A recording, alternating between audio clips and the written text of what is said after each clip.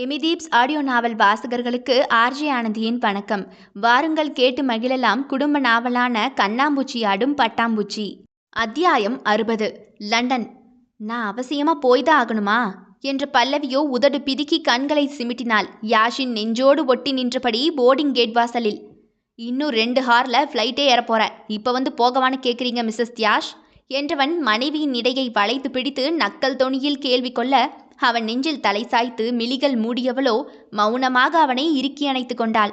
லண்டனில் கணவன் மனைவி சகிதமாய் பல்லவி தியாஷ் இருவருமே ஜோராய் இருக்க, அப்போதும் சரி இப்போதும் சரி அடுத்தவர் பேச்சை மட்டுமே காதில் போட்டு கொள்ளும் நந்தனோ மகளின் கணவனுக்கு லண்டன்காரியோடு கல்யாணம் ஃபிக்ஸ் பண்ணி கோட்டம் அடித்தார். அவர் போட்ட ஆட்டத்தில் 90ஐ தாண்டியும் ஜம்மென்றிருந்த கொல்லுவோ மண்டையை போடும் நிலைக்கு வந்தார். ஆகவே கொல்லுப்பேரன் பேத்தி இருவருக்கும் செய்தி சொல்லப்பட்டது.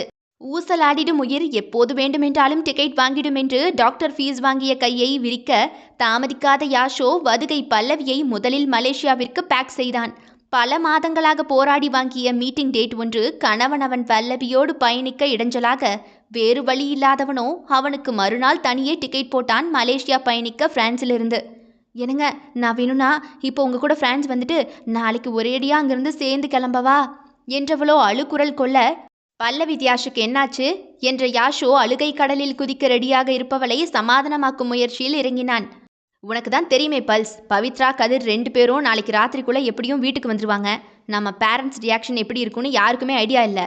ஸோ அவங்க வர நேரம் நீ வீட்டில் இருந்தா அவங்களுக்கு கொஞ்சம் ஹெல்ப்ஃபுல்லாக இருக்கும்ல என்றவனோ விருந்தனையின் வில்லோசனங்களை முத்தமிட்டு கொண்டிருந்த மெல்லிய சிகையை விரலால் ஓரந்தள்ளி தொடர்ந்தான்.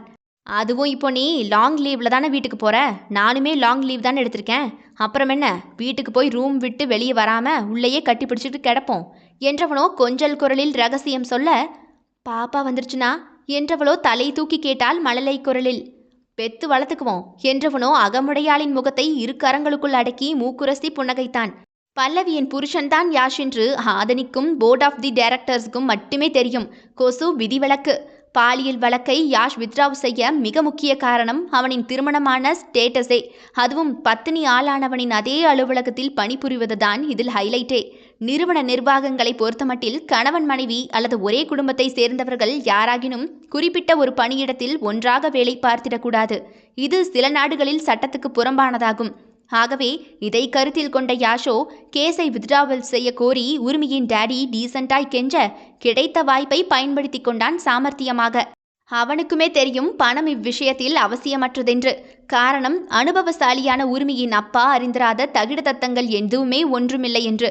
இருந்தும் மகளின் கிறுக்கை முற்றிலும் அறிந்தவர் யாஷ் பல்லவி விஷயம் தெரிந்தும் தெரியாதது போலவே மெயின்டைன் செய்ய, யாஷுமே அதை பின்பற்றி கிடைத்த பணத்தை தூக்கி ஆதனையிடம் கொடுத்தான் அவளின் கேன்சர் மம்மியின் ட்ரீட்மெண்ட்டுக்கு.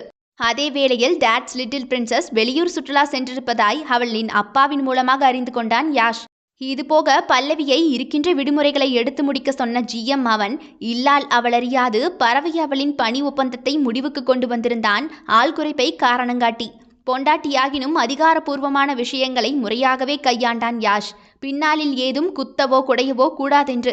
கண்டிப்பாய் இது தொடர்பான மின்னஞ்சல் மற்றும் கடிதம் கிடைக்க பெறும் சமயத்தில் பொஞ்சாதியை சமாளிக்க மேல்வர்க்கத்தை கை காட்டிட முடிவெடுத்திருந்தான் யாஷ்.